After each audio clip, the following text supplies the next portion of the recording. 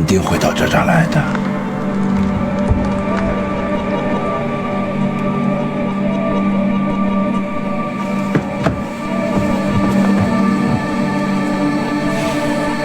老的枪没有子弹，我们现在必须抓紧时间回去取子弹。要是那个时候万一来的话，那我们两个就没命了。你现在抓紧带我去。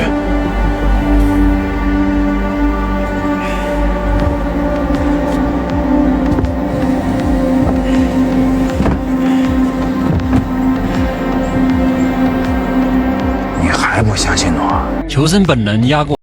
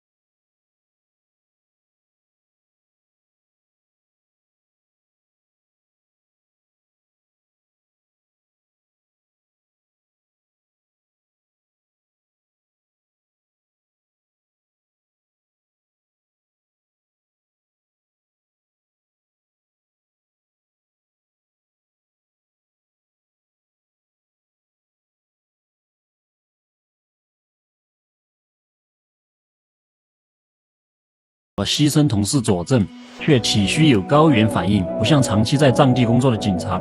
矮个子认识他和领导，却出现得太过巧合。根宝胆小贪财，持有带血斧头，慌张又不是伪装。僵局之下，大个子调转枪口，借矮个子的逻辑指定根宝。顾连，你别听他说的，你现在只要看看根宝的袍子里面有没有红绳子，你就身份都知道了。你快去！这个就够成年了。去！有那狗就是。根宝，居然跟你面露老大哥，有那个路个，你都来别过去，来别过嘛，那么多。走。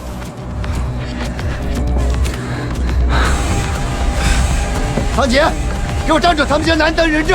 根宝彻底疯了，挣脱绳索，夺过桑杰的枪，将其劫持，嘶吼着：“有人想灭口，我只是贪财！”混乱瞬间爆发，灭口、保命、执法、自证的心事交织。我等在早上都没起来，这边。老师弟，你这个人兄弟干嘛呢？咱们这样的人能怎么样？什么？把枪放下！快点！放你妈的屁！我已经走投无路了！真是我快说，是你来跟我接走的，不然我也杀了他！我要拿到我的钱！你们快说！快说！接连的乱枪声盖过风雪，硝烟散去，大个子、矮个子、根宝全部倒地身亡。只剩桑杰孤零零站在血泊中，手持枪支，眼神空洞茫然。这场暴雪夜的身份博弈以惨烈方式落幕。全篇剧情拆解完毕，但谜题才刚刚开始。导演用罗生门式叙事，将真相留给观众猜测，其实伏笔早已暗藏。大个子体虚有高原反应，绝非长期在藏地的警察，大概率是外来盗猎者，伪装警察只为躲避追捕，寻找接头人。矮个子看似可信，却行踪不明，出现巧合，可能是更隐蔽的盗猎者，想借桑杰之手除掉对手，独吞赃物。最头皮发麻的是桑杰，他看似无辜，却有双重标准，阻拦杀马路，却允许杀野兔。或许是他割走了马路角，情绪之下才留马路一命。根宝只是替死鬼。一个和四个的精髓，从不是骚扰剧情，而是人性拷问。极寒荒野中生存面前，善良、正义不堪一击，贪婪、恐惧、背叛暴露无遗。世人无绝对好坏，都在人性挣扎中走向灭亡。谁是真警察，谁是盗猎者？桑杰是不是幕后黑手？答案留给评论区。这是一部值得2刷、3刷的悬疑神作，每遍重看都能发现新伏笔。喜欢悬疑、藏地题材的伙伴一定要看原片，感受这场极致荒野狼人杀。我是专注拆解经典、深挖人性的影视博主，下期不见不散。